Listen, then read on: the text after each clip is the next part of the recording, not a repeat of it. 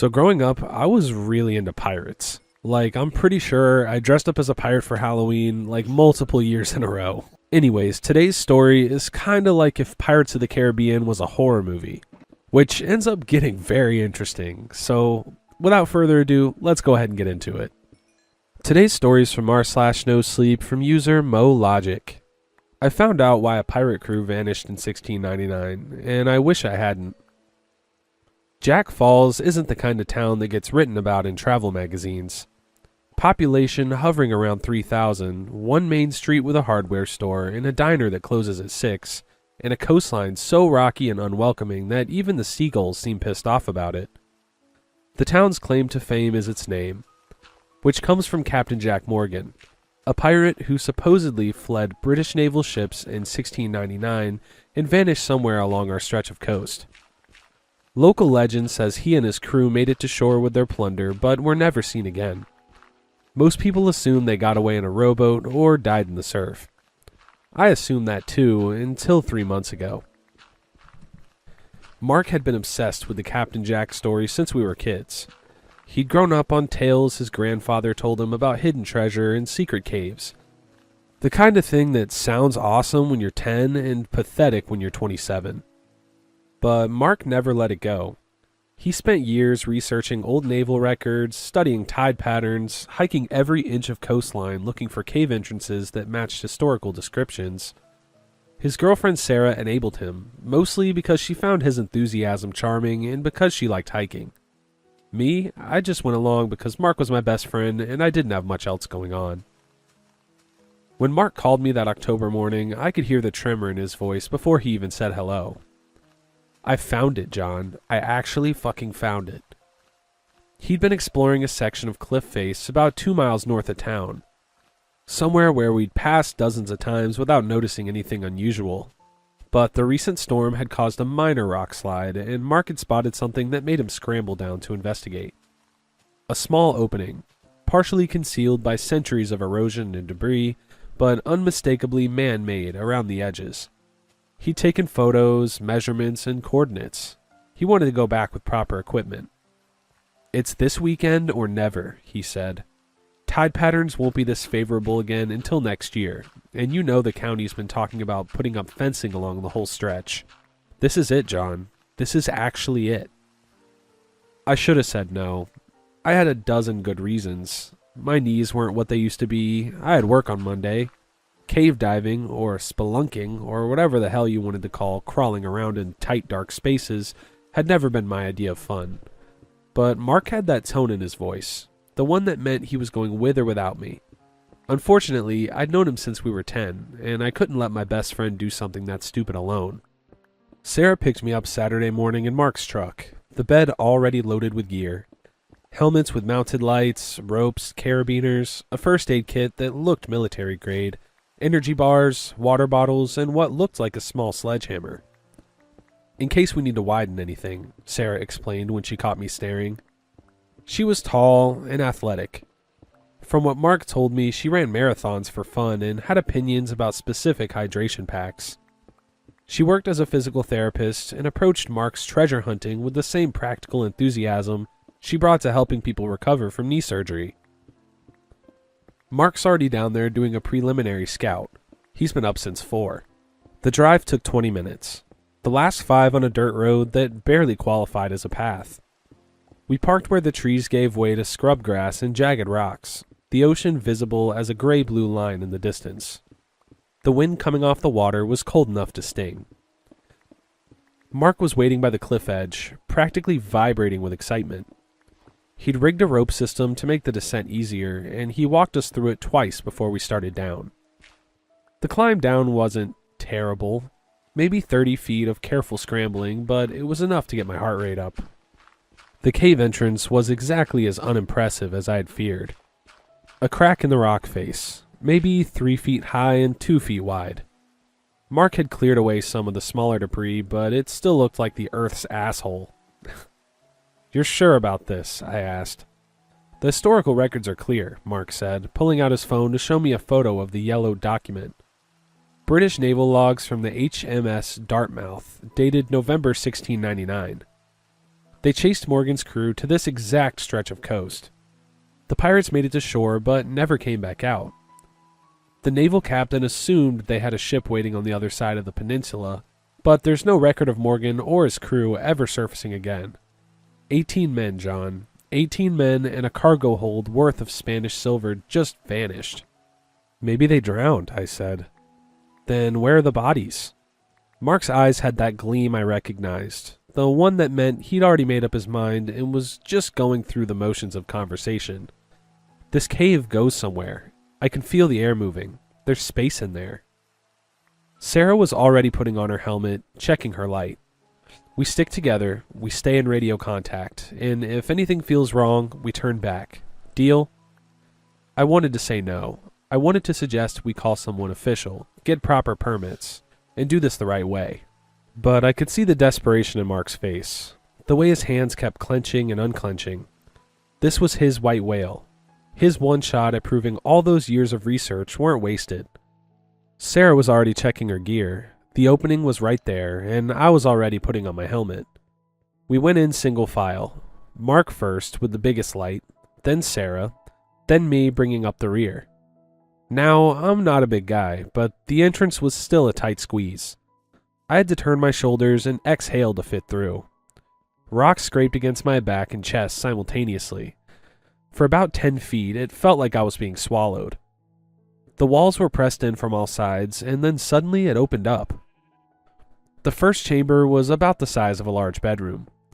The ceiling high enough to stand in most places. Our lights cut through the darkness, revealing rough stone walls and a floor that sloped gently downward.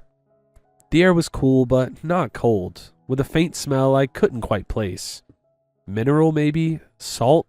Yet there was something organic underneath it all. See? Mark's voice echoed slightly. This is definitely man-made. Look at the walls. He was right. In places you could see tool marks, spots where someone had deliberately widened the passage or smoothed away irregularities. It wasn't obvious, not unless you were looking for it, but once Mark pointed it out, I couldn't unsee it. We moved deeper. The cave branched twice, but Mark seemed confident about which way to go, consulting a hand-drawn map he'd made based on his research. He'd overlaid British naval charts with geological surveys and local folklore, creating a composite that supposedly showed the most likely route the pirates would have taken. I didn't understand half of it, but Sarah seemed convinced enough to keep following. The temperature stayed consistent, that cool but not cold feeling, and the faint smell grew stronger. Not quite mineral anymore, something else. Copper pennies maybe, old metal. I caught myself breathing through my mouth to avoid it, which was stupid because then I could taste it instead. About 40 minutes in, we stopped to drink water and check our bearings. Mark's excitement was palpable, but I noticed Sarah was quieter than usual. When I asked if she was okay, she just nodded and said the smell was getting to her too. We agreed to give it another hour before turning back, regardless of what we found. The passage narrowed and widened in irregular patterns, sometimes forcing us to crouch, other times opening into spaces where our lights couldn't quite reach the ceiling. In one larger chamber, we found the remains of old torches, just charred bits of wood that crumbled when Mark tried to pick one up. Evidence someone had been here before, which made sense given the pirate story, but also made the place feel more oppressive somehow. It was as if we were following in the footsteps of doomed men. There, Sarah said suddenly, pointing her light at the wall. Scratched into the stone, barely visible, were marks. Not random scratches, but deliberate cuts. Symbols that might have been letters worn smooth by time. Mark ran his fingers over them, his breath coming faster. He pulled out his phone and took several photos from different angles. "This is it," he whispered. "This is actually it. This is 17th century script. I'm sure of it. Look at the way the R's are formed, and the long S that looks like an F. This is period accurate." He was nearly trembling as he traced the letters, his academic background in colonial history finally paying off in the most literal way possible. The passage narrowed again, forcing us to crouch and then crawl. My knees immediately regretted every decision that had led me here. The walls felt closer now, and I became acutely aware of the tons of rock above us. The ocean somewhere beyond that, the very real possibility of getting stuck or lost or worse. After maybe 20 minutes of crawling, my hands were scraped raw even through my gloves, and my knees felt like they'd been beaten with a hammer. The passage opened into another chamber, this one larger than the first, maybe 15 feet across and 10 feet high. Our lights played across the walls, revealing more tool marks and what looked like old scorch marks from torches. Then, Mark swept his light around and froze. Holy shit. The skeleton was slumped against the far wall, still wearing the rotted remains of what might have been a coat. The fabric had long since degraded to brown tatters, but you could still make out what might have been brass buttons scattered on the ground nearby. The skull had tipped forward, jaw hanging open in a silent scream, and one arm was extended as if reaching for something. Around the bones were scraps of leather, a rusted knife that had corroded almost completely away, and what looked like the remains of a small barrel, the wooden staves collapsed inward. Sarah yelped like she'd been punched. Mark just stood there, staring, his light steady on the corpse. Is this real?" Sarah asked. "It's real." Mark's voice was barely above a whisper. He moved closer, careful to not disturb anything, playing his light over the remains. "Look at the clothing, the style of the coat, the buttons. This is late 17th century. I'd bet my life on it. This is one of them, one of Morgan's crew." But what made us all stop and really stare was the wall behind the skeleton. Someone had carved words into the stone. Not just a few marks, but entire paragraphs. The letters crude but deliberate, clearly done with something small and sharp, probably that knife, over what must have been days or weeks. The text started high up on the wall and descended in ragged columns, getting harder to read as it went down. Mark moved closer, playing his light over the text, and began to read aloud. His voice shook slightly. "November 15th, 1699. We are 12 now. The cave goes deeper than we thought. Captain says there's a way through to the other side of the peninsula, but Davies and Mockton went looking 2 days past and haven't returned. We hear them sometimes, calling from below, but we search and find nothing." The handwriting was rough, the spelling inconsistent, in the way of men who'd learned their letters late in life, but the message was clear. Mark moved his light down, finding more text carved in shaking lines. "November 18th. The food is running low. Captain has ordered rationing. We do not dare go back the way we came. The Navy dogs are surely waiting at the entrance. James swears he heard Davies calling from somewhere below, but we search and find nothing. The air tastes wrong down here. Thomas says it's the damp, but I know better. Something's not right." "Jesus," Sarah breathed. She moved closer to me, and I realized she was shaking. More text, the letters growing more cramped and erratic as they descended the wall, like the writer had been running out of space or time, or sanity. "November 22nd. 5 more are gone. They went deeper, seeking another way out, seeking fresh air, seeking anything but this tomb. The captain is changing. He speaks of voices in the dark. William says the treasure is cursed and we should leave it, abandon it in the deepest hole we can find, but the captain will not hear of it.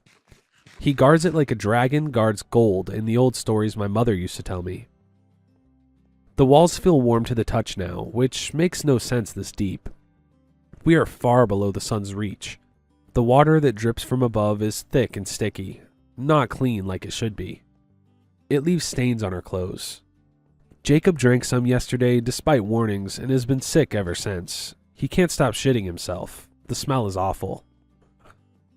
I reached out and touched the wall where the writer had mentioned warmth. The corpse was right. It was warm. Not hot, but distinctly warmer than it should be this far underground. At least 10 degrees warmer than the air around it. I pulled my hand back and found my fingertips slightly damp with that same sticky residue.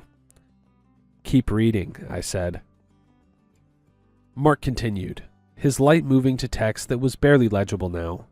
The letters scratched so hard and fast they'd gouged the stone in places, leaving deep furrows that our lights cast shadows in. "November 27th. 3 of us remain. Jacob died yesterday. We buried him in the tunnel, but this morning he was gone. as if the cave swallowed him whole. The captain has taken the treasure and Thomas deeper into the cave. He says the voices told him where to go. He's mad, but we are all mad. The cave breathes, I swear it. At night I hear it, a great bellowing sound like a whale. The walls pulse. Yesterday I saw John Carver embedded in the rock up to his waist, still alive but unable to move, his eyes following me as I passed. He was begging me for help, but I didn't know what to do. I tried to dig him out, but the rock was soft like clay and it only made him sink deeper. When I returned hours later, he was gone. Only a stain remaining like someone had spilled wine. The thing in the caves, it hungers. It feeds slowly. It savors. Okay, I said. Okay, we should go back. Are you kidding? Mark's eyes were wild in the light of his headlamp. This is it, John. This is the actual historical record of what happened to them. And the treasure.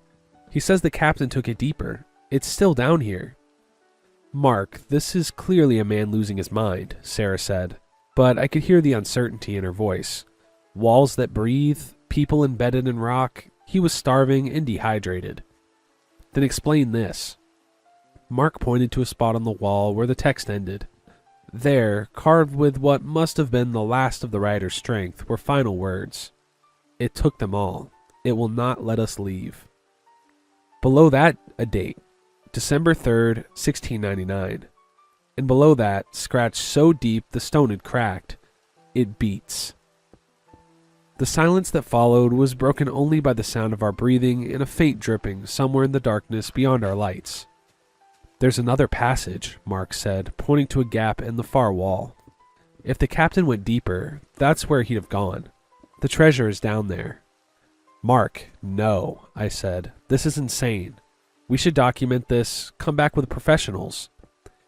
But by the time we do that, the county will have sealed the cave. You know they will. This is our one chance. He was already moving toward the gap, Sarah following only after a moment's hesitation. I looked at the skeleton one more time, at those empty eye sockets and that reaching hand, and then I followed my friends deeper into the earth. The passage was tighter than anything we'd encountered so far, a squeeze that required moving our packs and pushing them ahead of us while we crawled on our bellies.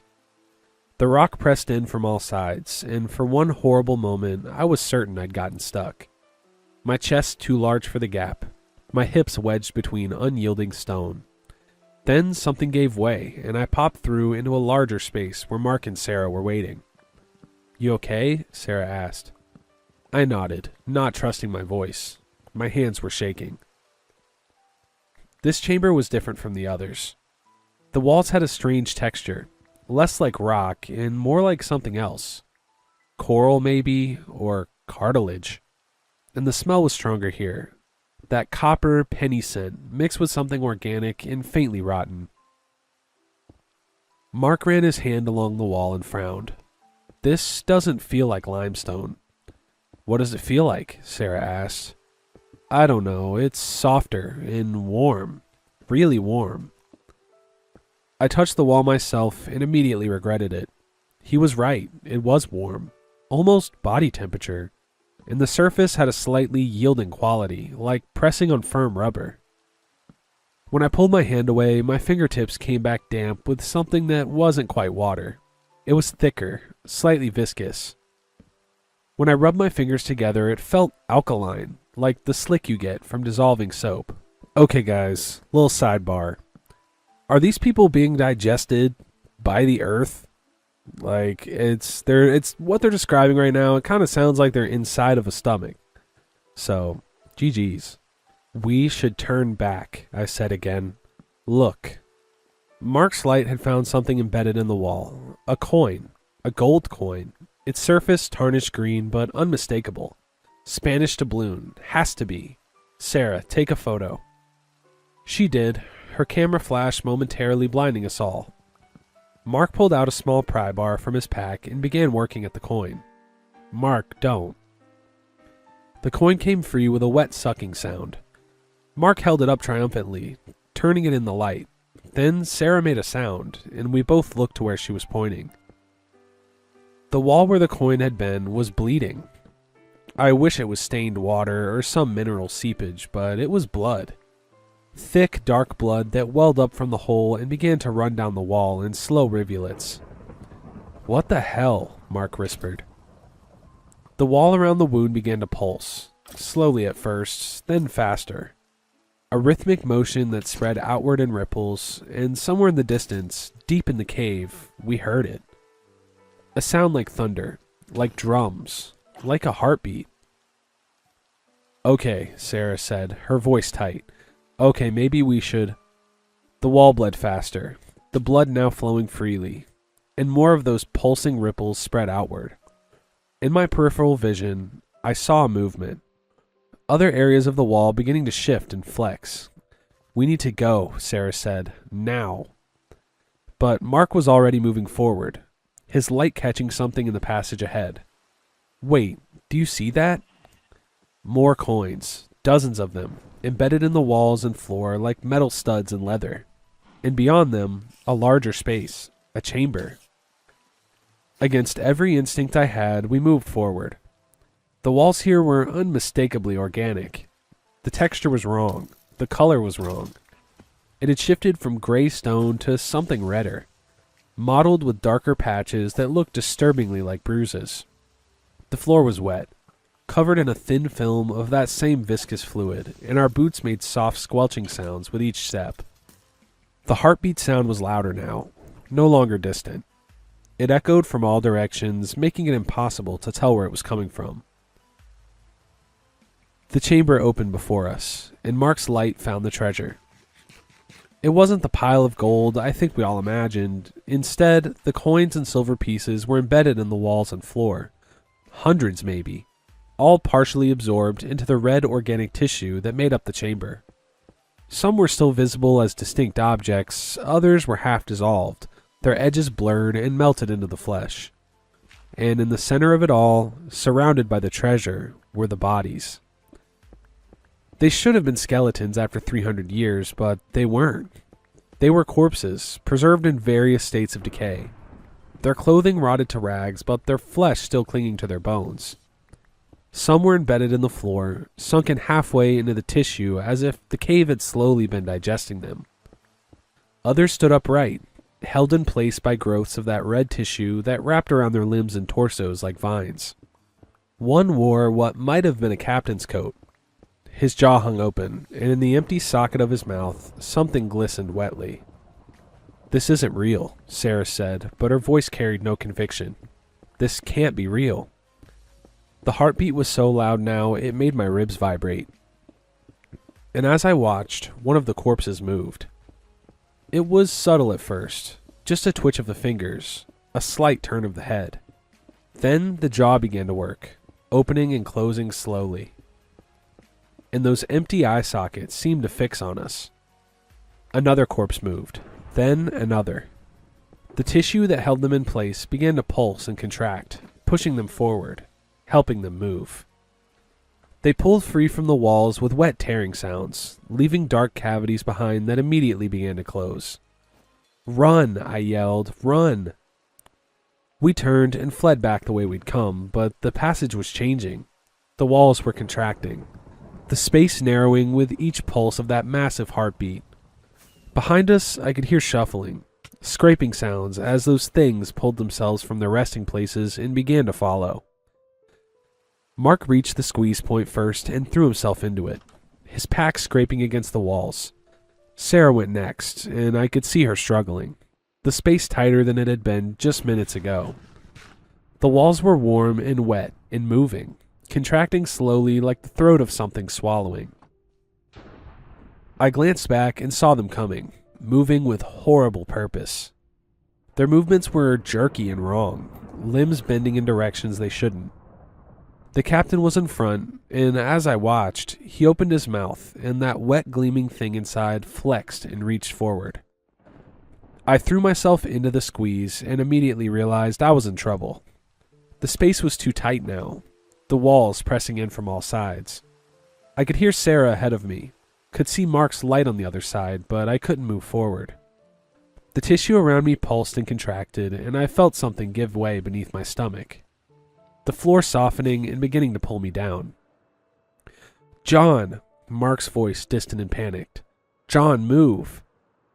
I pushed with everything I had, my pack catching on something, my helmet scraping rock. Behind me, one of those things reached the squeeze and began to force its way in, its body compressing and bending in ways that made my stomach turn. I could smell it now, that rotting copper smell, and I could feel its breath on the back of my neck. The floor beneath me softened further, and with horror I realized it wasn't just soft, it was dissolving. I could feel the fabric of my pants beginning to stick to it, fibers pulling free, the material weakening. The tissue was digesting me, slowly but surely, breaking me down. With a final desperate heave, I pushed forward, felt something in my chest pop, and then I was through, tumbling. Mark grabbed me and hauled me to my feet. "Go, go, go," Sarah yelled. We ran. The walls pulsed with each heartbeat, narrowing and widening, trying to slow us down. More of those things were appearing, pulling themselves from the walls like hatching insects, their movements growing more coordinated as we watched. The tissue responded to them differently, helping them rather than hindering them, pushing them forward while trying to hold us back. We reached the skeleton in the writing, and I thought we might make it. The entrance was just beyond. Daylight would have just been beyond that. We just had to reach the rope, climb up, get in the truck, and leave this nightmare behind. Mark screamed. I turned in time to see him go down hard. The first skeleton we saw latched onto his ankle with a grip that made him cry out in pain. His helmet flew off, the light spinning across the floor. More of them were pouring through the passage behind us, at least 5 or 6 that I could see, and more beyond them. Mark was on his stomach, kicking frantically with his free leg, trying to break loose. The thing that had him wasn't letting go.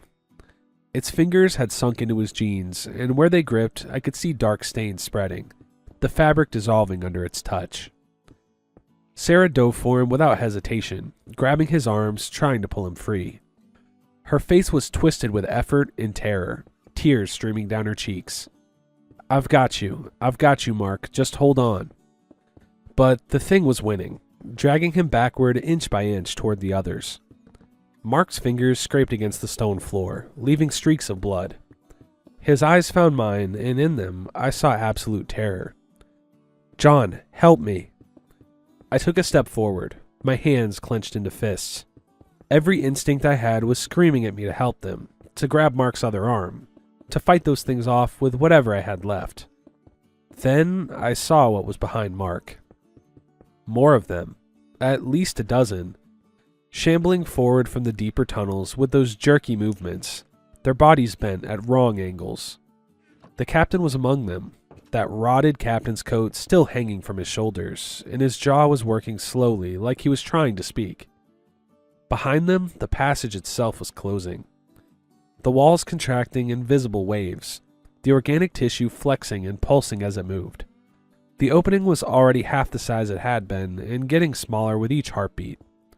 Sarah looked up at me, still holding on to Mark, and in her eyes I saw the same realization I'd just had. There wasn't time. Even if we got Mark free right now, even if we somehow got past those things, the passage was collapsing and we had seconds, maybe 30 seconds, maybe less, before we were sealed in here forever with these things and this breathing, digesting nightmare. The passage contracted further, 20 seconds maybe. "John, please." Mark's voice was breaking, cracking with fear and pain and desperation. His free leg was kicking at the thing's face, but it didn't even seem to notice. "Please don't leave me. Sarah, don't let him." I saw the passage ahead constricting further, the opening now barely 3 feet wide. 15 seconds. I saw the things closing in, their hands reaching, their mouths working silently. 10 seconds. I saw Sarah straining to hold on to Mark, her boots losing purchase on the floor as it began to soften beneath her weight. The tissue was responding to her, starting to digest her too. In a few more seconds, she'd be stuck, and then she'd be trapped too, and then we'd all die here. 5 seconds. And I ran. Not toward them, away, toward the entrance passage, toward daylight, toward escape, toward being the only one who survived. "John!" Sarah's scream echoed after me, filled with betrayal and rage and terror and disbelief. "John, you coward, come back!" I kept running. My boots pounded against stone that was rapidly becoming flesh, each step sinking slightly before I pushed off again. I didn't look back. I couldn't. If I looked back, I would stop, and if I stopped, I would die. Some animal part of my brain had decided that my life was worth more than theirs.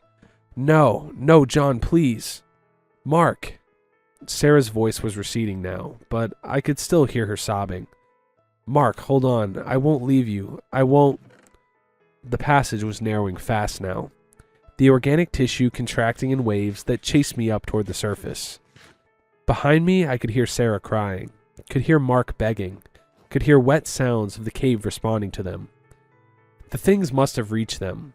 I heard Sarah scream again, heard Mark cry out, heard sounds I will never be able to forget and can never describe. I kept running. The guilt hit me like a physical blow, but I didn't stop. I couldn't. My legs were moving on their own now. Pure animal panic overriding everything else. Friendship, loyalty, basic human decency. I was going to survive, and they were going to die, and that's just how it was going to be. I reached the next chamber, the one we'd passed through on the way in, and I could hear footsteps behind me. Not the shuffling of those corpse things, but the running footsteps of someone alive. I risked a glance back and saw Sarah. She'd let go of Mark. She made the same choice I had. Her face was streaked with tears and blood. Her own blood, from where one of those things had touched her. She was sobbing as we ran, her breathing ragged and desperate. When she saw me looking back, she screamed something I couldn't make out over the sound of my own heartbeat, and the cave's heartbeat, and the wet sliding sounds of those things pursuing us both. We ran together toward the entrance passage, the tunnel that would take us up and out and back to daylight and air that didn't taste like copper and stone that was actually stone. I could see the opening ahead, that blessed crack of gray light, and then I saw what was between us and it. The passage was contracting, but not evenly. About 15 feet ahead, the walls were pulling together and apart in a rhythmic motion, opening and closing like a sphincter valve, like the cave was swallowing. The opening would dilate to maybe 4 feet wide, then contract down to less than 2 feet, then open again. Thump, open, thump, closed. If we timed it right, we could slide through when it opened. If we timed it wrong, we'd be caught when it closed. I put on a burst of speed, my lungs burning, my legs screaming. Sarah was right behind me. I could hear her gasping for air. I could hear her boots on the stone that was now flesh. "On 3, she shouted. "We go on 3. I reached the sphincter first. It was open. The passage wide enough to crawl through, but as I approached, it began to close, the walls contracting with muscular force. I waited, counted the rhythm. Open for about 3 seconds, closed for 2. Open, closed, open. "Now," Sarah yelled. I threw myself forward and slid through on my stomach, the walls brushing my back and chest as they contracted around me. For one horrible second, I thought I was stuck. Thought the passage would close on me and cut me in half. Then I was through, tumbling into the larger space beyond. I turned back to help Sarah. She was halfway through when the passage spasmed. It wasn't the regular contraction I'd been expecting, but a violent convulsion. Like the cave had suddenly clenched every muscle at once. The walls slammed together and caught Sarah's left leg below the knee. She screamed, a sound so full of agony it barely sounded human. "Help me, John, help me." I crawled forward, grabbed her outstretched hands, and pulled. She screamed louder, her fingers digging into my wrist hard enough to leave bruises I'd find later. But I couldn't move her. The passage had her leg, and it wasn't letting go. When I looked down, I saw why. The floor beneath her was softening, turning from flesh-textured stone into actual flesh. Her caught leg was sinking into it, the fabric of her jeans dissolving where it touched the tissue. and the tissue was moving up her leg, climbing higher, beginning to absorb her. I could see it spreading, see her pants disintegrating, see her skin starting to blister and melt where the flesh touched it. "Pull harder," she screamed. "For fuck's sake, John, pull." I pulled. I braced my feet against the wall and pulled with everything I had. Sarah's hands were slipping in my grip, slick with sweat and that viscous fluid that was everywhere now. Behind her, I could hear movement in the tunnel, could hear those things shambling closer. The passage spasmed again, and Sarah shrieked as it crushed her leg further. I heard bone break, saw her knee bend in a direction it shouldn't. It had her up to mid-thigh now, and it was spreading faster. Her shirt was starting to stick to the ground, the fabric pulling apart, threads separating and dissolving. She looked up at me with eyes that were somehow still fighting, still refusing to accept what was happening to her. "Don't you dare leave me. Don't you dare." Behind her, one of those things reached the sphincter. The captain, his rotted face passing through the wall of flesh, pulling it into something that might have been a smile. He reached an arm through the flesh, fingers stretching towards Sarah's back. The passage spasmed again, and this time, when it clenched, I saw Sarah's eyes go wide with a different kind of pain. The tissue was inside her now. I realized. It had absorbed through her skin and was now working on her organs, her blood, everything that made her her. And the captain's hand was 6 inches from her head. I looked at Sarah. I looked at that hand. I looked at the opening beyond that was starting to close, the exit that would trap me in here if I didn't move in the next 5 seconds. Sarah saw it in my face, saw the calculation, saw the decision I was making. "John, no, don't you dare." I let go of her hands. She reached for me, fingers grasping, face twisted with betrayal and desperation. "John!" I backed up, just out of her reach. The captain's hand was almost on her now. Sarah's hand stretched toward me, fingers splayed, one last desperate attempt to grab me and pull me back into this nightmare with her, to make me share her fate since I'd chosen to abandon her. I kicked her hand away. It wasn't a hard kick. It didn't need to be. Just enough force to knock her arm aside, to give me that extra second I needed to turn and throw myself at the closing gap. Her scream followed me. "You coward! I hope it finds you. I hope it never lets you go." I squeezed through the narrowing space, felt tissue close around me, felt it begin to pull and digest and absorb. For one terrible moment, I was certain I would die there, stuck halfway between chambers while the cave slowly consumed me, and Sarah's screams echoed in my ears. Then my fingers found purchase on harder stone, real stone, and I pulled with strength born of absolute terror. The tissue tore as I ripped free, leaving strips of my clothes and skin behind. And then I was crawling toward light and air and escape. And then I was out, tumbling down the cliff face, the rope Mark had rigged catching me after a short fall. I hung there gasping, my entire body shaking, and I heard it. From inside the cave, muffled by rock but still audible. John, please, it's got Sarah, it's..." Mark's voice, still alive, still conscious, still begging me to come back. I hauled myself up the rope, ignored the screaming, scrambled to the top of the cliff and ran for Mark's truck. The keys were still in Sarah's pocket, but Mark had hidden a spare under the wheel well like he always did.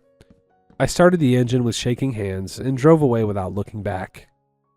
I told the police I'd gone alone, that Mark and Sarah had stayed behind, planning a different hike, that I'd suggested they check the caves, but they'd seem more interested in the coastal trail. I lied to their parents, to their friends, to the search and rescue teams that spent 2 weeks looking for them. I lied to everyone. The cave entrance had sealed itself. When the rescuers finally found it 3 days later, it looked like it had been closed for centuries. Just another crack in the rock face that led nowhere. They went in with equipment and cameras and found only stone. The chambers were gone. The passages collapsed. The organic tissue vanished like it had never existed. But I know the truth. I know what's down there, breathing in the dark, digesting my friends slowly over years or decades or centuries. I know that somewhere in that living rock, Mark and Sarah are still conscious, still aware. Their bodies breaking down cell by cell, while the cave savors them like fine wine. And I know I left them there. I moved away from Jack's Falls 3 weeks later, after they were declared missing.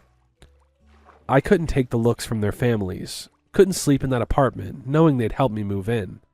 Couldn't walk past the diner where Sarah used to order extra hash browns, and Mark would make fun of her for it. I thought distance would help. It didn't. 3 days after I escaped, I found something in my pocket. The gold coin. The one Mark had pried from the wall. The one that had made it bleed. I don't remember picking it up, and I don't remember putting it in my pocket. But there it was, crusted with dried blood that wasn't mine. I threw it in a dumpster 6 blocks from my new apartment. The next morning, it was on my nightstand. I drove it 2 hours into the countryside and hurled it into a lake. I watched it sink into dark water. That night, I woke up with it clutched in my fist. My hand closed so tight around it that the edges had cut into my palm. My sheets were soaked with sweat and that same sticky residue. My pillow smelled like copper. I tried putting it in a safety deposit box. The bank called me the next day saying there had been some kind of mistake with my box number. And when I went to check, the box was empty and the coin was in my car's cup holder. So now I keep it. I carry it with me everywhere because I've learned that fighting it only makes things worse. And every day it gets a little warmer. Every day I can feel it pulse a little stronger. That rhythmic beat that matches what I heard in the cave. Sometimes when I hold it, I can hear them. Not voices exactly, but something like voices. A distant screaming that might be wind in a tunnel or might be something else. And buried underneath that sound, 2 words repeated over and over in Sarah's voice. Come back. Last week, I caught myself looking up driving directions to Jack Falls. I don't remember opening my phone. I don't remember typing anything, but there it was. Route calculated. Estimated arrival time 3:47 a.m. The coin is getting hotter. Last night, it burned my palm when I held it, leaving a mark that looks disturbingly like a mouth. And when I sleep, I dream of tunnels, of warm, wet walls that pulse with life, of my friends embedded in red tissue, their eyes following me as I walk past. And the worst part, the part that keeps me up at night, staring at the ceiling, unable to escape what I've done. Sometimes when I hold the coin, I can hear the heartbeat. And I know, with absolute certainty, that it's waiting for me to come back. The cave remembers me. It tasted me when I tore free, got a sample of what I am, and now it wants the rest. It's patient, this thing that's been alive since before humans learned to make fire, since before the pirates stumbled into its mouth and became just another meal to be savored over centuries. It can wait. It has time, and eventually, whether from guilt or curiosity or some pull I can't even begin to understand, I know I'll go back. The cave is patient, and it hungers. If you're reading this and you live near Jack's Falls, stay away from the cliffs north of town. Don't go looking for cave entrances or pirate treasure. Don't investigate if you hear sounds coming from the rock face. And if you do go, despite this warning, despite everything I've told you, if you find yourself in tunnels that feel too warm, if you see coins embedded in flesh-like walls, if you hear a heartbeat echoing through the dark, run. Don't look back. Don't try to save anyone. Don't hesitate. Just run. And pray it lets you go. Alright guys, if we're playing the blame game here, Mark should have turned back. Like both Sarah and John were both like, hey Mark, this is creepy. The wall is bleeding. Like, this is creepy. We don't want to die. Let's turn around. And Mark's like, no. Treasure. We got to get it. So yeah, when Mark went down, no. I'm not trying to help Mark because I'm not trying to get eaten alive by a cave. Sarah shouldn't have stayed and tried to help Mark for so long. And honestly, John, the OP, just kind of unlucky. Anyways, kudos to MoLogic with this amazing story. Their links are going to be down in the description if you want to go check out any of their other stories. And yeah, I'm going to go watch Pirates of the Caribbean now. Huge shout out to my channel members. If you do want to further support the channel, that link's going to be down in the description. It is absolutely your choice and not necessary by any means. If you liked today's video, drop a like and subscribe. If you didn't, maybe you'll like tomorrow's video. I upload every day. Thanks for watching.